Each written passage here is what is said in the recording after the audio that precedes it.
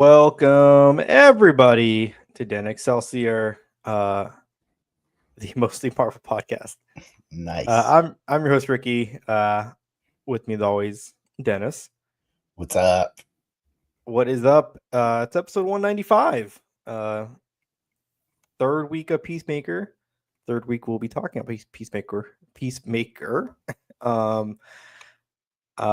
Season 2. Mm-hmm. We're also 5 episodes from 200. That's crazy. Yeah. How do you want to celebrate that?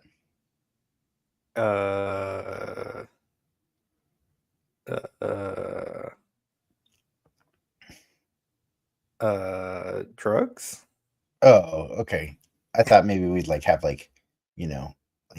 we'd enable ads or something like that. Oh, I don't know if we have those type of viewerships. Oh, okay. Fair enough. I have though been backdating and cleaning our podcast feed.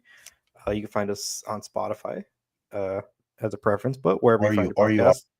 Or you already have found us. Or you already have found us, but you can now go back and watch most of the episodes on Spotify. I say most; they all will be up within the week. But you can listen to all our episodes, and it is super cool. You can I've been going back through them, and shit, man, it's funny that I like to see us talk about, or to see us get to the point where we are talking about rumors of certain things, like the Spider-Man, or the other one that stood out was the Jamia Jamil Titania casting, and then to now be like years past that moment or those moments, it's like, whoa. A very different thing. Yeah, I used to go back and edit those shows so that they would fit into like a time frame. So I used to watch them all the time back in the day. I actually don't watch them now usually because I don't want to listen to myself talk, you know what I mean? So it's always kind of weird, right? So I like that we do the live version now every week, so that I don't have to go back and listen to it. But it was, when I was doing the editing for us, it was fun to listen to the weird speculations or the weird rumor talk and stuff like that, and it through the lens of hindsight, so it's pretty funny. Can you hear my dogs? Yeah, I can hear their conversation. Sorry. They're just excited about Peacemaker. Yes, they are. They are excited. What have you been excited about this week besides Peacemaker? Because we're not going to do Peacemaker. If anybody who's never tuned into our show, we advertise the thing and then we don't do the thing right away. That's just, we're just, at least I'm upfront about it right now. But we're going to talk about other stuff first. What's going on in your week? What have you been? I was dying last week. You were. You sound better. You sound much better. I am better. I was dying up until pretty much like Sunday night. So I got 1 day of Labor Day weekend available to me. Apparently I didn't really do much in terms of like watching shows or content. A lot of game time, just catching up on some old games. So you play games when you're sick? I can't really do that. Yeah, it's hard for me to do that when I'm sick. I can only, sick mode of Dennis is just, okay, what am I binging for the day? That's it, because I can't. I don't know, something about the motion. It's hard for me to binge shows. Okay. So a lot of games, the usuals, and then some Gears, dabbled with some of that, and then honestly a lot of the podcast stuff took up the time of just uploading the remedial task of uploading all the bits of the show. And I guess aside from that, football's back, so I regret to commit to doing Peacemaker on Thursdays now. You called it last week. You're like, we'll be back next Thursday.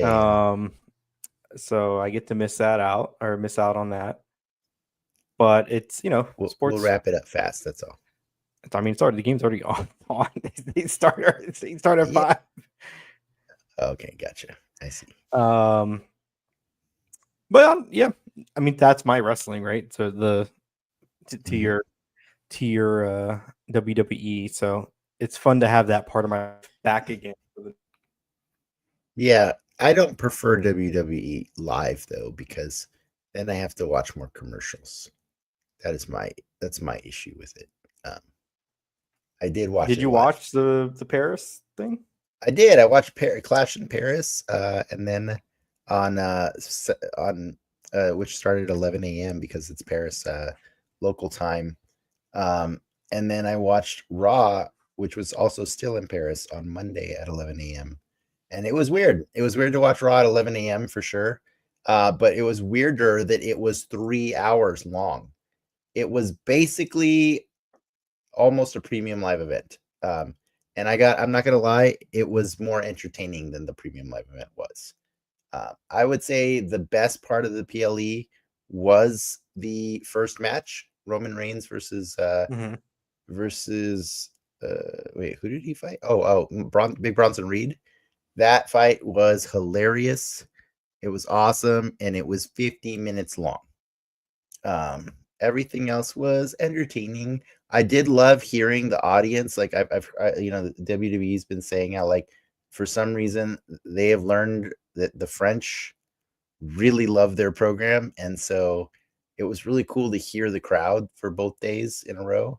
Like the Cena Paul match, that was so loud. It was almost deafening. Like if I didn't have a volume control, you know what I mean?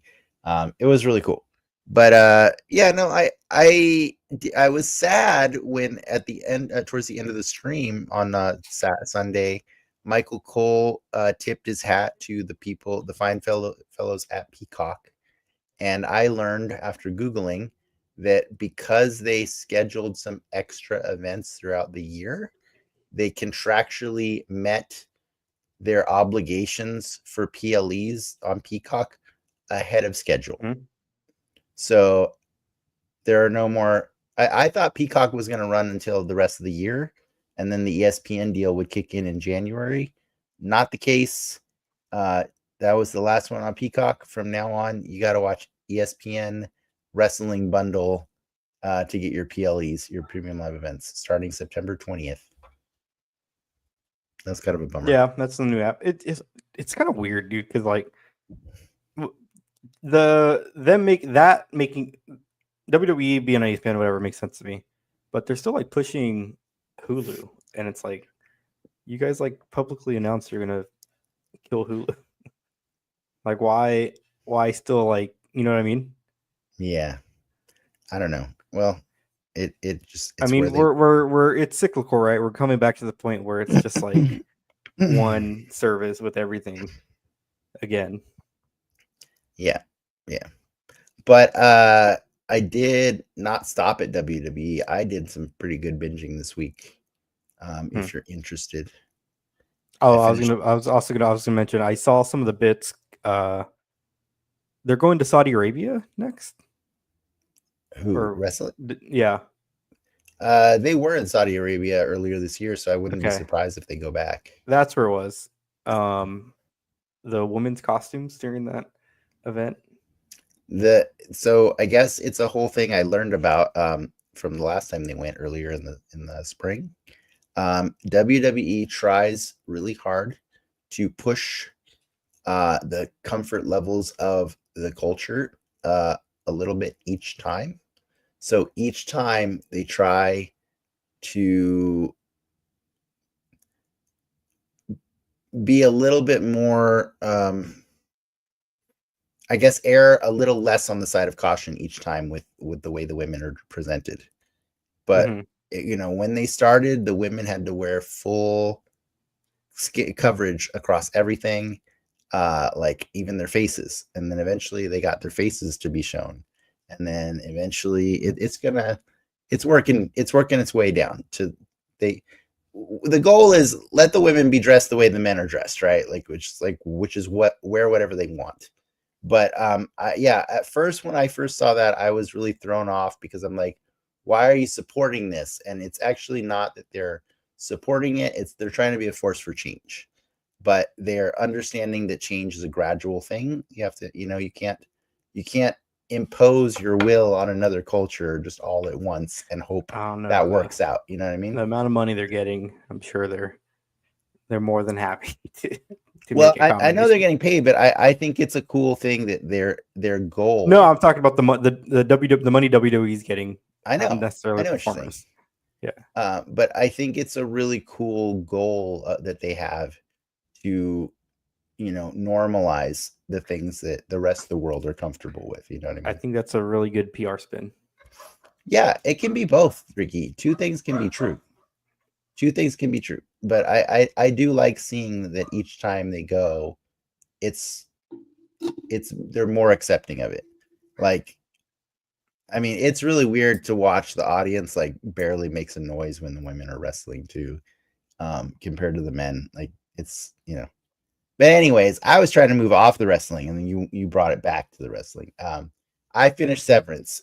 I prefer that show to just be one season. I would rather that season never existed. Okay, that's a take. It was more fun for me.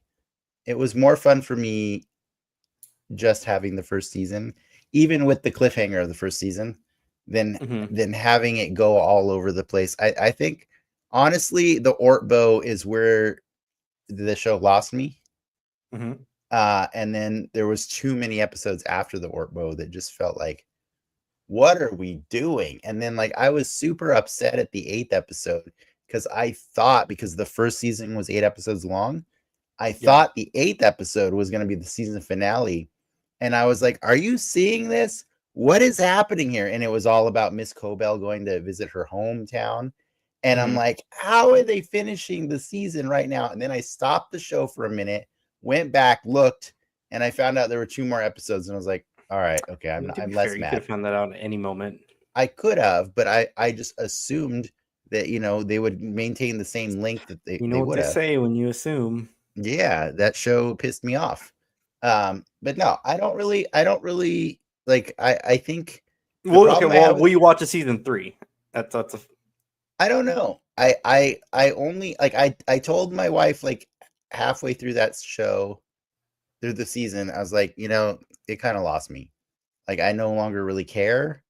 And she's like, oh, okay, well, you don't have to watch it. And I was like, well, I'm gonna watch it to finish it. You know what I mean? But like, but I think my real problem with it is kind of the same thing that happened with The Mandalorian, right? Is like that first season is so incredibly awesome.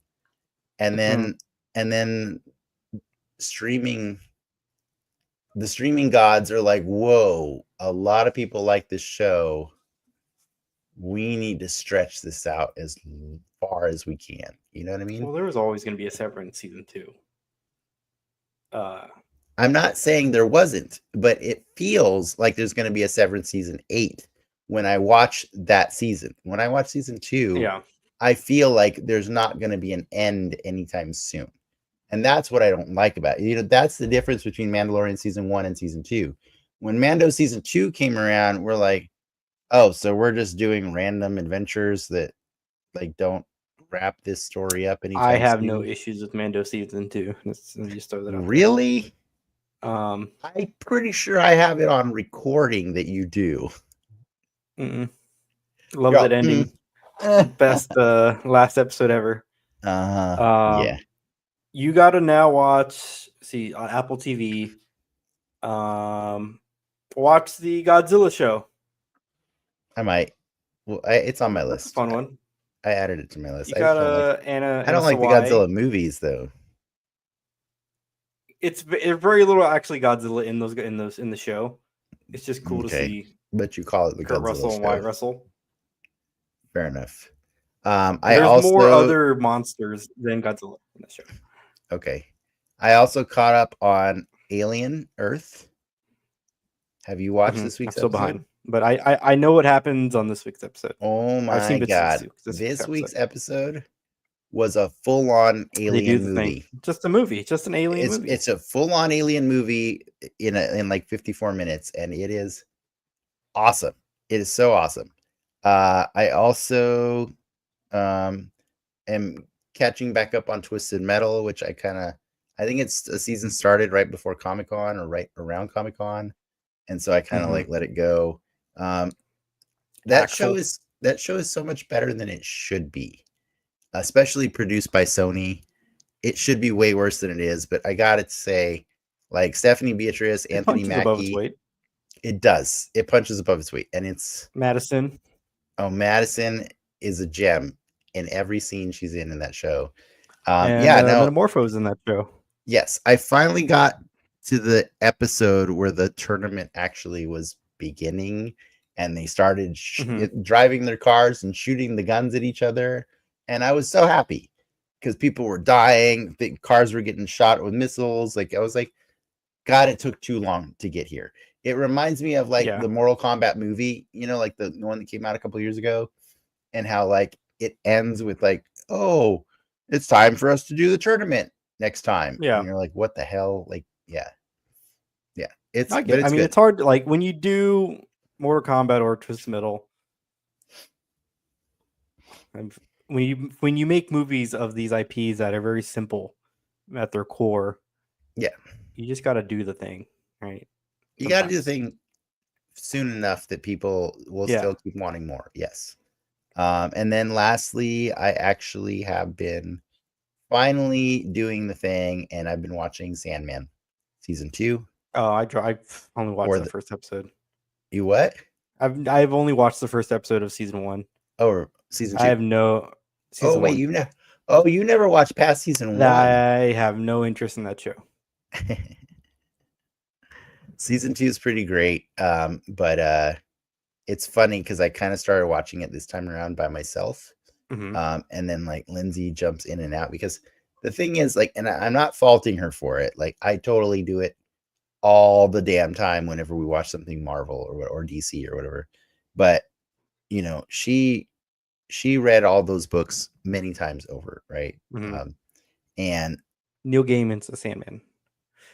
Yeah, basically, Neil Gaiman's the Sandman. Oh, I thought you were saying he is the Sandman. Yes. No. She read Neil Gaiman's The Sandman many times, and so when I watch it and she comes like into the room and sees something slightly different than what she read, I have to hear the whole story about it, and then I'm just like, okay, but I'm just taking it because this time around, you know, like last season, I read the books before I watched the episodes, and so it was really fun to see, you know, that journey.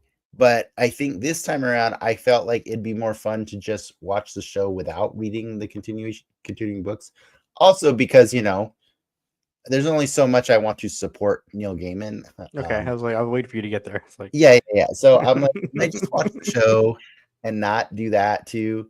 And so I've actually been enjoying myself, except for those moments when Lindsay walks in the room and it's like, oh man, that's totally different. That ruins blah, blah, blah. And I'm like, well, it didn't ruin it for me until you said that, you know what I mean? Like, so I think there is something to be said about like watching a show, you know, or a movie or whatever based on something else. That maybe for whatever reason, you have your reasons for not reading the original source material. And as long as it stands on its own, it's cool, right? It can be cool. And so like, I appreciate that this show, they make a big point of showing you that not only Neil Gaiman was responsible for writing this season, it's also, you know, David Goyer, and there's another writer as well that's involved in every episode. I can't remember. It's a famous person too. But it's really nice to see, you know, like they tried to work with what they had, you know, like they got stuck in a bad position. The season was already way in development when all the things happened. But it's a good show. I'm you know, I don't blame you. Is it better or worse than Severance season 2? It's much better than Severance season 2. Whoa. It's much better. Yeah. Okay. I am enjoying myself way more watching that. Yeah, it's good. It's better than Twisted Metal season 2 also. I mean, like, yeah. It's the second best thing I've watched this week other than Alien. So Alien's the last? What's that? So that put Peacemaker Oh, third. sorry. I just watched Peacemaker like moments ago. I guess I had formulated that opinion before. No, Peacemaker is the best thing I've watched this week for sure. Okay.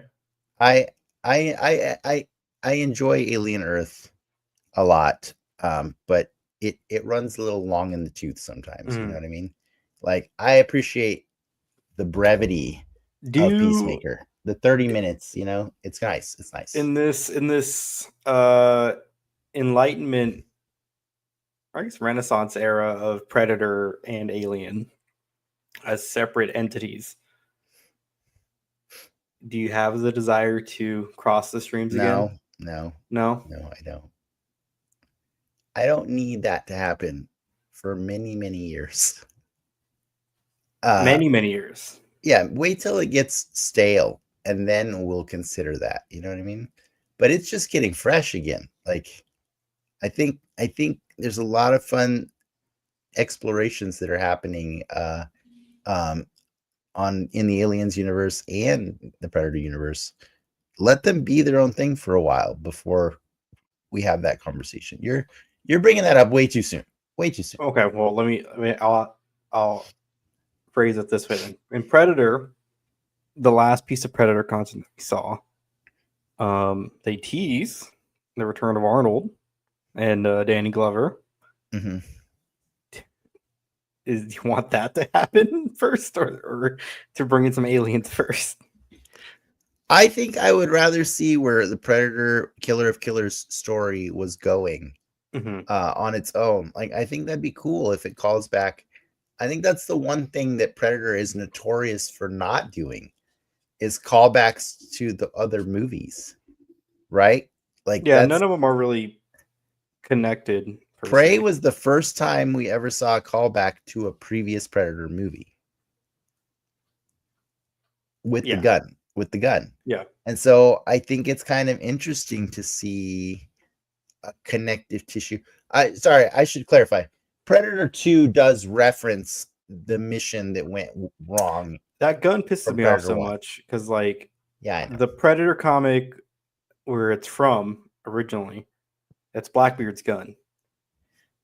That was one of the first comics I read, like, growing up. Like, I can read, and cool, the gun is the thing, and like, wow, these things can be connected.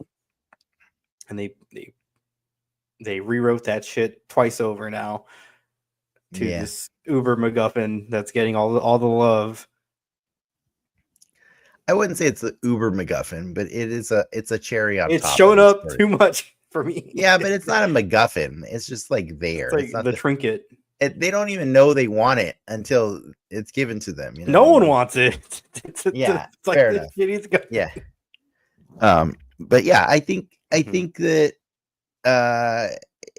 why not see what happens when you reference the old Predator movies? Because we don't really do that much, right? All the Alien movies reference the previous Alien movies, and I think the universe is stronger for that because we understand, you know, a lot of things about that world that's been created by Ridley Scott and other creators. But like the Predator world, we barely know jack shit about those characters, right? That's like fair. Yeah, we don't really know about the Predators.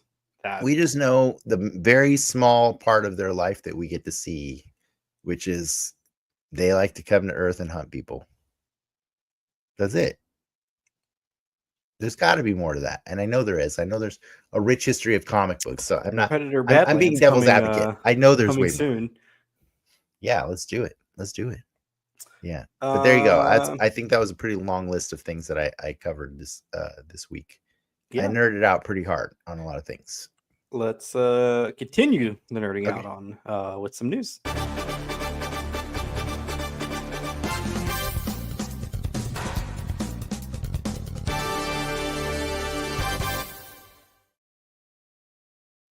Okay, Marvel Legends is going to be doing an exclusive for New York Comic Con this year. I think this might be the first time that they're doing it. I believe it is the first time ever. But those in attendance, they're getting a Super Scroll top and a Human Torch bottom action figure. Basically, No, it's a that is a Super Scroll bottom too. Super Scroll bottom. Do you see the picture on the box? I did, but It matches the art of the box. You can make them normal, except for the bottom. They don't give you extra legs. Yeah, because they've already made the normal version of that toy before. They've made scroll toys, scroll build like army building figures, and they've also made Super Scroll as a build a figure in the Fantastic Four wave a few years ago. So this is just a different version of Super Scroll where his full lower half is on fire to match the art on, because the box is, I don't know if you noticed, but the box art or the box is styled after the Marvel Universe trading card. Just like Deathlock was, or not Death's Head. Yeah, and so they're just trying to do that again, just like they did for Comic-Con last year. I think it's okay. I think it's the appropriate kind of thing to do as a Comic-Con or a convention exclusive, because we already have multiple versions of Super Scroll. I just don't have the one where his pants are on fire. Well, let me correct this real quick. It's New York Comic Con and MCM London, and then once those are done, it will be on sale at Hasbro Pulse. Yes, so in limited quantities, in theory. But I promise you, you can still go to Hasbro Pulse and buy Death's Head. The good old famous Death's Head. Speaking of Legends news, with the tariff situation in the US being ever so shitty, Legends, the price point on all new Legends now is moving up from $24.99 to $27.99. That's for your standard figure. Sorry for your wallet. Yeah, no, it's really funny. It was a side conversation, hilarious. I had with my boss. I'm not going to get into the circumstances of everything, but I just recently got certified for doing the job that I've been doing. So my boss was talking about like wanting to increase the pay, but she's kind of concerned because I kind of set my own hours. She's like, I'm worried like that if I increase it too much, like you'll just work less hours. And I was like, you don't have to worry about that. They just raised the price of Marvel Legends to $27.99. I was like, don't worry, that's motivation enough to keep working. And the reality is, like, I hate, you want to talk about like a PR spin, like you were earlier being cynical about the wrestling stuff. Let's pristine worldwide wrestling. Let's talk about the PR spin that is blaming the tariffs for increasing your price, when I promise you, the second those tariffs go away, that price will not be going down. Oh yeah, that's with everybody though. I don't. If everyone does it, then you know what I mean. That doesn't. So that's where you're at. Yeah. If everyone does it, it's okay. Yeah. No, that's disgusting. Because they know everyone knows they're going to get away with it. Then let's stop blaming it on the tariffs and let's just say, hey, look, this is what we really want to charge you right now, and forever, at least, minimum of what we want to charge you going forward. And so that's what we're doing. Like, I just don't like that, because like previously they blamed it on the rising cost of oil, and then oil prices went down during Biden's administration, like or during like late as COVID, started settling out and stuff. And it's like, okay, so why are the prices not going down? No comment. Do you know what I mean? Like, it's just like, we like to blame specific things for why we jack prices up, and then we just never talk about it again when those circumstances are gone. It's very rare that prices go down. Like in any. Then be more transparent with your consumer and quit telling us that it's X, Y, and Z reasons. It's not. The real reason is your stockholders want more money. Yeah, I mean, look, like if you want to, I'm all with you on the sentiment, but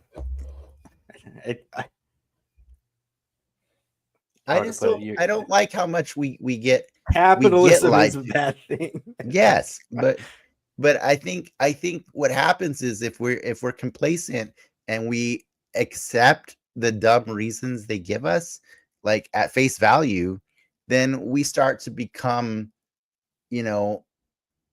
complicit in the entire thing. Yeah.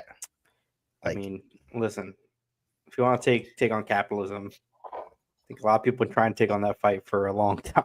So I'm just gonna say my 2 cents whenever I can. All right. Like, all right. I just I get it. I understand they're gonna raise the prices, but let's stop BSing why. Like, it's just you want more money. That's it. That's all you do. So when we raise our Patreon, we just want more money. That's yeah.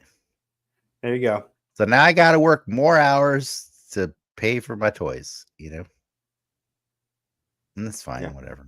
It's cool. You got more news? I got more news. Hey, that Superman movie, it's getting kind of a sequel. James Gunn took to socials to announce that Man of Tomorrow, the next story in the Superman saga, will be coming out in, I just said the date, July 9th, 2027. Nice. Right before Comic-Con. Those are timetables I like to hear. That's good. He also made a comment that this is not a sequel to Superman. The phrasing's weird, but it's basically this is the next story in the DCEU, but not a sequel. It's not Superman 2. Whatever the fuck that means. The other cool bit was James Gunn. It might be a sequel to other things that happen between now and Superman 2. You know what I mean? That might be what it is. It's a continuing story. So maybe the next thing that happens. Dawn of Justice. He has. Well, no, I'm saying he said already in interviews that Superman will be appearing before this movie. So maybe it's a sequel to whatever thing that is. You know what I mean? Supergirl or Superwoman. I mean, you're just speculating at this point, like which I mean, he gave us this weird ass. Just call it Superman 2.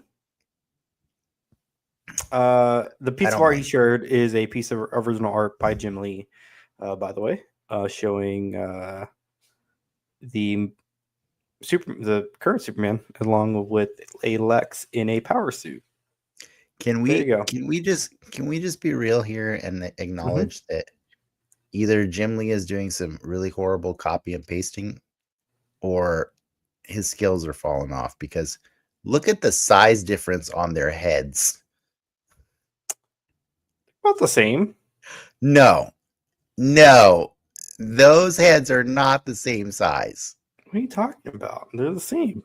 No, Superman's head is way bigger. I mean, are you having a stroke? Yep. They're about the same. No, they're not. I've looked at this picture before. I mean, Jim Lee's been doing it for a minute. You know, it's a physical skill at the end of the day. Cut him some slack. Okay, so now we're does it get you more or less excited? Now we're acknowledging that maybe it's not the best piece of art from Jim Lee. I would say that without even looking at it. Hey, is it random Superman art the best piece of Jim Lee art ever? No, I can commit to that. You got it. I know you had beef with Rob, but I didn't know you had beef with Jim too. You have not been collecting Hush the way I have. That shit sucks. Like, it's bad. All right. Yes. I'm just saying something about that Lex Luthor picture looks like I've seen that picture before. So it almost looks like he just pasted it into a picture that he drew of Superman in the current costume. It looks a little off. That's all. I just didn't have to research it. When we see him at Comic-Con next year, sure you can tell that to him. I don't go out of my way to go talk to Jim Lee. Moving on. We last bit of news. We got our first, or actually second last bit of news. We got our first look at Marvel Zombies finally, in the form of a trailer. All episodes dropping on September 24th. It's Marvel Zombies. It's R-rated. I actually didn't watch the trailer yet. No, it's super weird seeing Mahershala Ali as a Blade Moon Knight. Wait, is it Mahershala? He's not voicing it, but it is like the face is Mahershala. Oh my god. Yeah. That's gross. It would only be acceptable if we knew, like, until that thing has a date, that movie does not exist. Right? Yeah. Yeah. Well, the movie doesn't exist, but the character does exist because he was in the Eternals, which Marvel would like us to pretend does not exist. I don't know what people are shitting on that movie again. Like, that movie, It's that good. is one of the best movies that they've ever done. I will die on that hill. Well, okay, I wouldn't die on that hill, but I would definitely join you in saying in post Endgame, that is one of the best movies ready they've for done. the Eternals. I love Eternals. I love it. Coincidentally, the best Justice League movie. Yes, it absolutely is the best Justice League movie. The Superman, James Gunn Superman, pulls a lot of shit from the Eternals when they're flying. Oh yeah. I see what you're saying. I got you. Yeah. No, it's yeah. I don't know why we are supposed to not like the Eternals. But whatever, it's fine. I just don't think that I think if we're gonna acknowledge that movie exists, then Blade already exists in the universe. It's just taking us 10 years to get him back on screen. You know what I mean? Or on screen for the first time, technically, because we hear him off screen. So whatever. It's fine. Do you got any more news? Last bit of news, Marvel Rivals new season drops in a few days on September 12th. And on the 12th, we're getting Angela as a new playable character. Oh, snap. Of course we are, because that's the most goonery character you could pick. Spawns Angela, right? She's a Spawn character. No longer Spawns. No longer Spawn's character, Angela. Well, it's actually not accurate to call her Spawn's Angela. You know what's more accurate to call her? Neil Gaiman's Angela. Full circle. Neil Gaiman created her, and he won the rights in a lawsuit. And he then, to spite McFarlane, sold her to Marvel for like $10. She's Thor's sister, technically. And then the Thor writers decided to retcon her in as a lost daughter of Odin. Yes, they all are. I'm sure there's a million of them, right? Like that, yeah. But okay, I'll have to check that out and see what I'm sure the goon factor is high on that costume. Well, on top of Angela, further down the season, Daredevil will be coming to the game as well. Damn. So. The current season was Jean Grey and who? I forget. Was it Blade? Blade.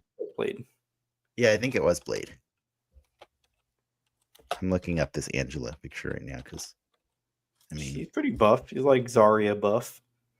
Okay. All right. Oh wow. Okay, so is she like a tank kind of character? They went very buff on her. That's kind of cool.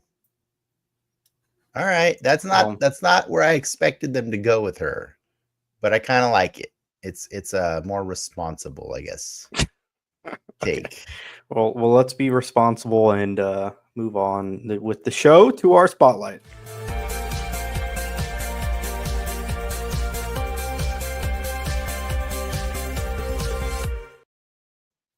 Peacemaker, season 2, episode 3. Another Rick up my sleeve.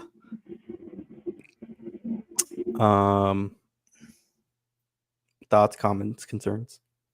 Rick Flag's back. Yeah, they got Joel Kinnaman back for What? I was pretty stoked. I He was has pretty some stoked scenes. He about has that. 2 scenes. He had 2 scenes, and they were quite amusing, and it just reminded me how much more I like Joel Kinnaman under the leader, under the guidance of James Gunn, under whatever the writing, whether it be directing, whatever it is. Like, I loved Rick Flag so much more in The Suicide Squad than I did in Suicide Squad.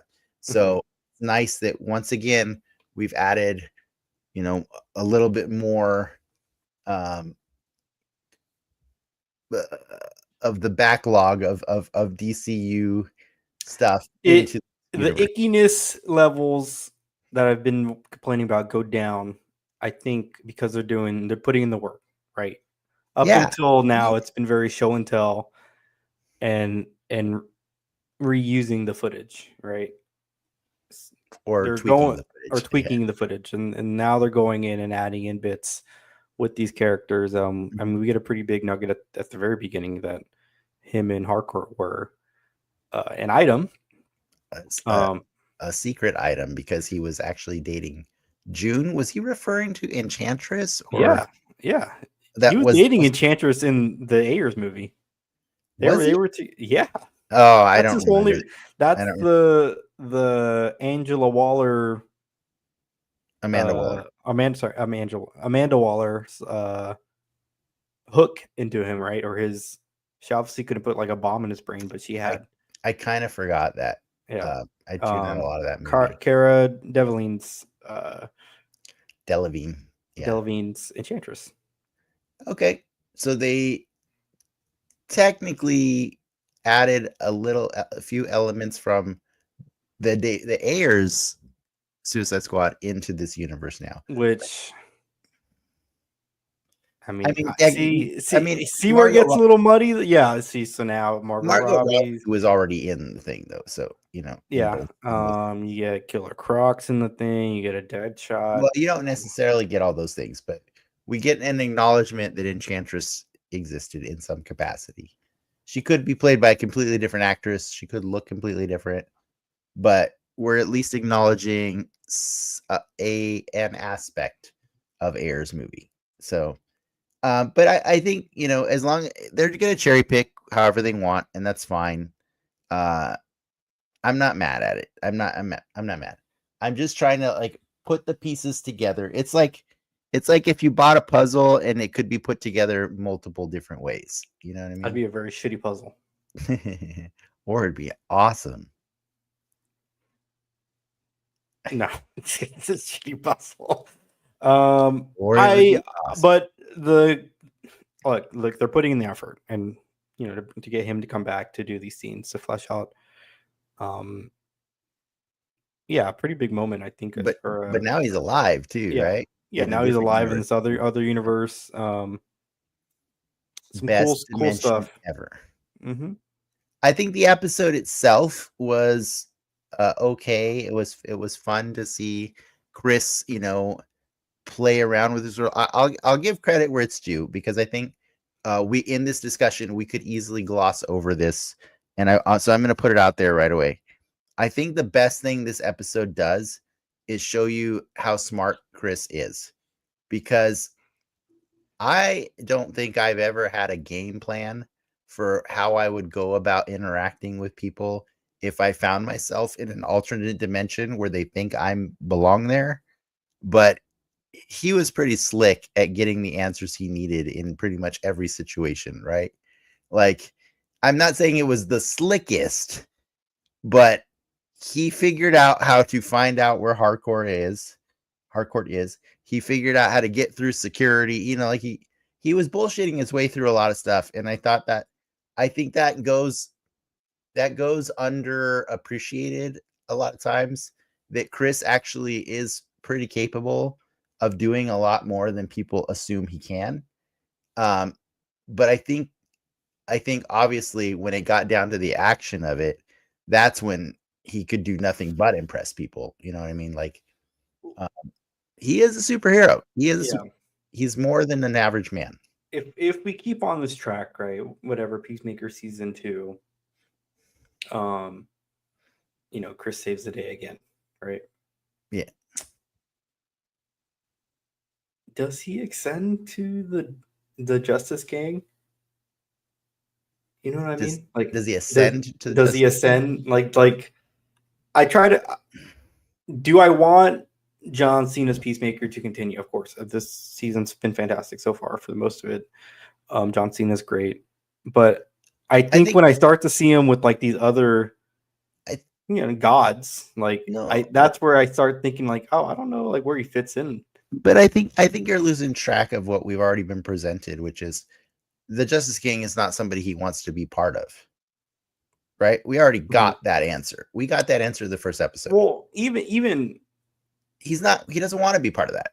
Like he thought he did, but he doesn't.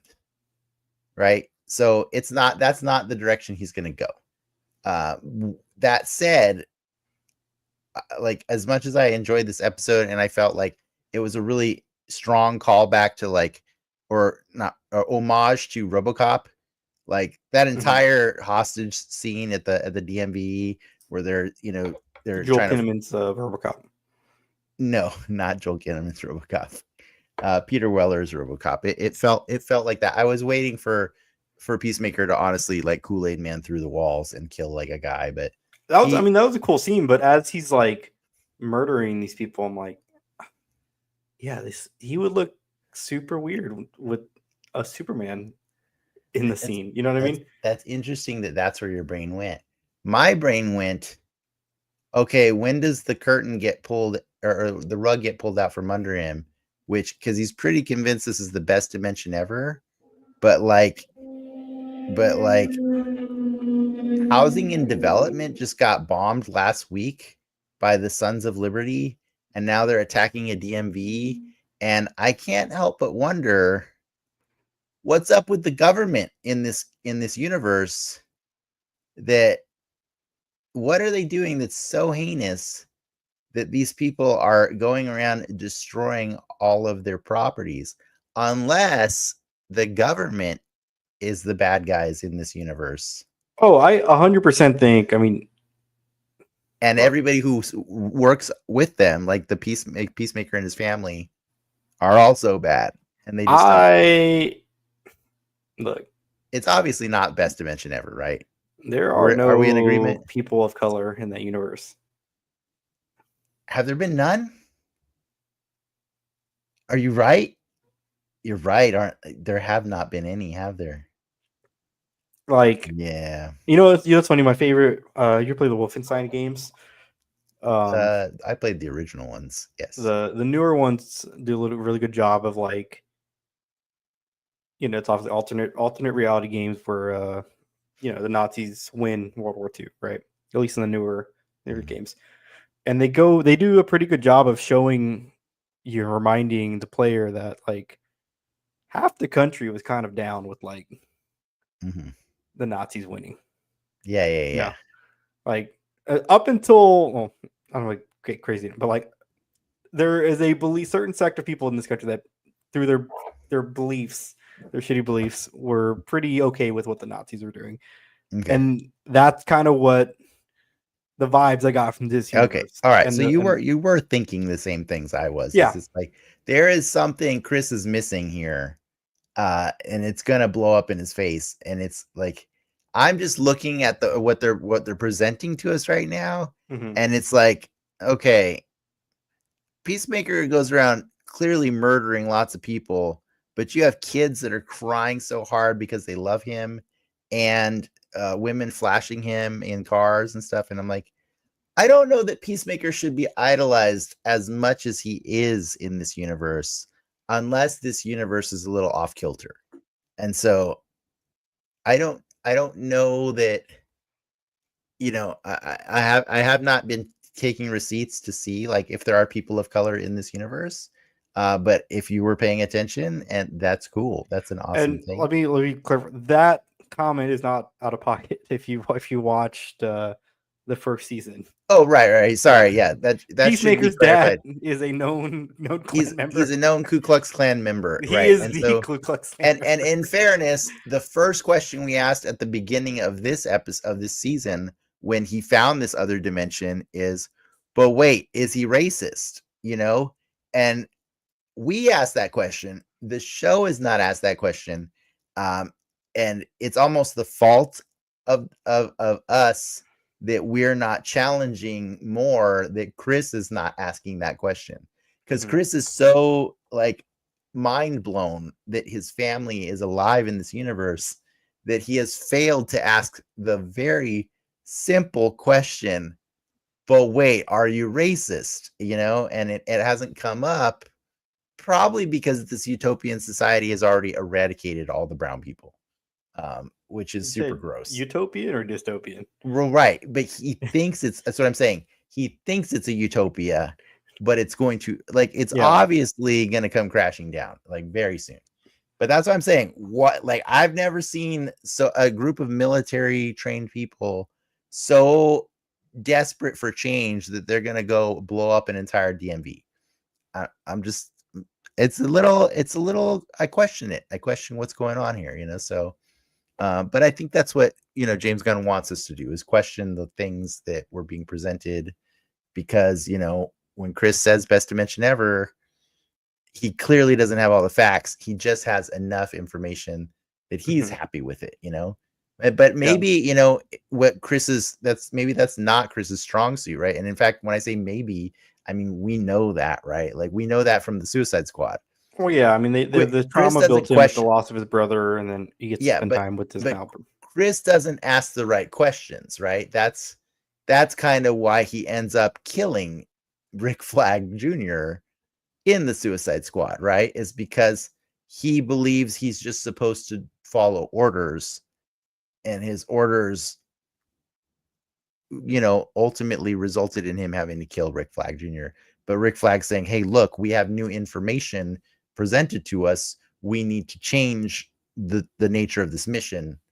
And that's not where Chris is good at doing. Like, that's just not his thing. He's really good at killing. He's really good at bullshitting. Those are like his two most awesome skills, I think. And they were fully on display in this episode, and I think that's what made it a fun episode. But I don't think next week is going to be more of Chris saving the day and stuff. I think it's going to hit the fan pretty fast. It's going to get bad. And then meanwhile, in our Earth, I mean, obviously it's starting to hit the fan as they're all converging. But meanwhile, in our Earth, I think you got a little bit of an answer to the question you were asking last week. Is like, how did they not know about Eagly, right? And John Economos was like, it's all in the dossier. Like, they just didn't read it. Yeah, like, I mean, Timoto's still my least favorite part of this show. But do you believe that a government agency could have glossed over important information in a dossier when conducting a strike? I kind of do.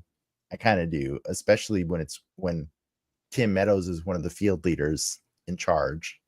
You know what I mean? Like, you don't have to like him, but the point is, he's incompetent at his job, right? He's one of those characters that clearly continues to fail up, right? He's failing upwards and like getting promoted into positions that he shouldn't be doing. And so, nobody bothered to read the detailed report that John Economos wrote, citing that there's always a killer eagle just hanging out at home. What did you think about Michael Rooker being squeezed into the show? Again, back to where he had me with the Rick Flag, right? And then you kind of start yucking it up again with like, let me bring in my other best friend in a different role. Maybe his role didn't exist anymore. Like, his previous character didn't obviously exist. His previous character died. No, but I'm saying maybe his previous character didn't exist, because we only know that the things that they show us or tell us from the Suicide Squad are now canon. Look, the more you bring items from this quasi canon, not canon. He's an actor. He's not. The more you bring people from this quasi canon, not canon universe, the more these questions will happen. Well, I'm just going to pose this counter argument to you. Nathan Fillion played a different character in every single Guardians movie. I know. Do you have a problem with that? less so with the first. The first one, he's a CG character that I get a pass. It's like if Bradley Cooper came in the MCU. Who was he in the second movie? I don't remember. I thought, you know what? He was supposed to be Wonder Man, is what it was in the second movie. Yeah, he's in the posters for Wonder Man. Yeah. That's slightly more weird, but you can't really read the posters in that movie. And the third one, he plays like a security guard. They're enough in isolation. It's like the same thing with Bruce Campbell and Spider-Man. Like that's fine. I think Michael Rooker playing a guy who's an eagle hunting expert is different enough that we can. I don't think it's different enough. Is the thing. It's just like obviously he's here for a minute. You know what I mean? Like it's like he could be. I mean, he wasn't in Suicide Squad for very long at all. Mm-hmm. You know, so we don't know how long. In my eyes, or in my mind, the way this plays out is Eagly kills this guy. Yeah, you know, I have no doubts that Eagly's going to kill this guy. Yeah. What do you? Is there a world in which you would be pissed if Eagly dies? No, I'd be fine if he dies. Okay, all right. Now we know where you are. You monster. What was I saying before we got on this show? Put the bird down. You were saying put the dog down. No. Okay. All right. Now I know where you are. I think I might be pissed if the bird dies. I don't think they'll do it, but I'd be fine. I don't think they will. I think I would like to see an opportunity where Eagly teams up with Crypto. Oh yeah, sure. Let's bring Crypto into this. Let's by all means, let's just do it. DC Super Pets 2. I do see a world in which Superman could appear in this alternate dimension, and he could be really shitty. Yeah, I do see like. Or Lex could be the president of this world. Lex is the president. Yeah, Superman showing up. The casting choices in that regards, I think, lend themselves to have these other bigger players. You know. Yeah. Have a hand in this universe. Yeah. Oh yeah! Spoiler alert, everybody, for everything we just spoiled. But I'm excited. I like this episode. It's probably, I mean, in my opinion, the middle of the three. Yeah, it is. I think the John Cena got a little break on the acting this episode. He didn't have to go as hard emotional in different ways. He got to express joy, right? We got to see the flirtiness between him and Harcourt, and we got, I think honestly, Harcourt impressed me like really well in this episode. That was a completely different character, right? Like she was a different person in the two worlds, because we got to see both of them at the same time in the show, and two completely different characters. Like one is filled with joy and butterflies in her stomach. One's optimistic and the other one's like pessimistic. One is just like, this world has done nothing but shit on me. Why should I do anything other than shit on it back? You know, like that's where she is. And yeah, the other one is just filled with like hope for a beautiful Aryan society. I need that to be not clipped from the AI when it comes time for it. Just to be clear, I'm joking that I believe Ricky's right, and I think this alternate universe is probably super racist. I mean, more so than our current universe. And there's racist, and then there's like super racist. There is levels to it. Let's be real. Yes. Yeah. I think that is a good. I hope you're right.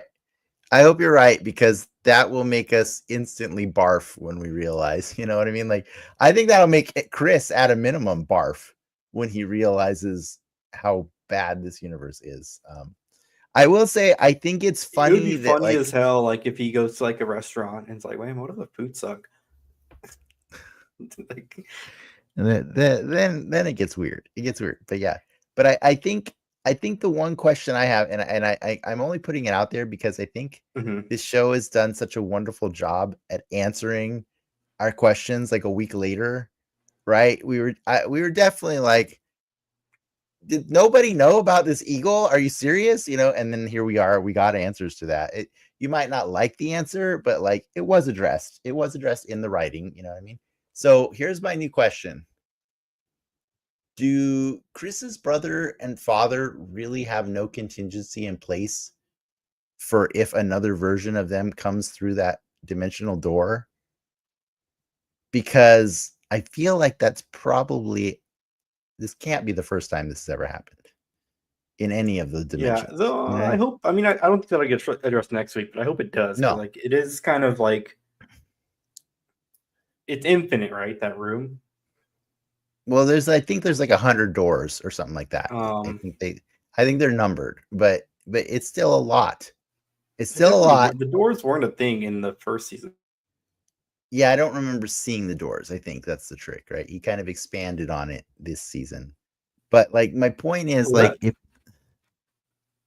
if those doors are there and you know what they do, and you even Mhm. joked about other dimensions going in, like seeing other dimensions in previous episodes, like you must know there's the possibility of a Chris from somewhere else sneaking into your world, or you know, one of the other, or Augie or whatever. Like, you have nothing in place for this, or are we yet to see what's in place because Chris is tricking them so well? You know what I mean? Like, Mhm. I'm gonna give them the benefit of the doubt on this one. I think they're gonna address it at some point, but like I understand our Chris did not have a plan in place for this. That makes, like, that's painfully obvious when the You other just had a Chris lock showed on up. the door. Yeah, he had a lock on the door, but I mean the passcode's the same for all of them. So what do you do with that? You know what I mean? Yeah. Yeah. But in any case, I'm really glad that Rick Flag Jr. is back. I'm glad that Tim Meadows is still alive. I'm glad to hear that the rest of his team is actually still alive, but in various states of disrepair. So you know, it just means we have more opportunities for the hijinks that I enjoy. I'm sorry you don't like Tim Meadows, but I think he's really great in the show. But I will say this: you're you seem in a better place to evaluate the show than you were last week. Yeah, it's funny when you can actually breathe for through your mouth and nose properly. It makes Yeah. you. Well, that's what I was saying. I was like, I feel like the Rona might be affecting your Yeah, ability to judge this right now. So I did it for you. good job. Good job. You got better. Well, You you got can. better from me? Yes, Oh, our show healed me. okay, cool. Appreciate it. Well, we will wrap this up. You can And catch us. next Friday. You can catch us next week. Won't commit to a time yet. Okay, no committing to a time, but probably not Thursday. Probably not. Probably could do it later Thursday, but we'll see. I could do later. We will see about the time, but it is a guarantee we'll be doing the show next week For Peacemaker episode for 4. Peacemaker episode 4. But until then, true believers, enough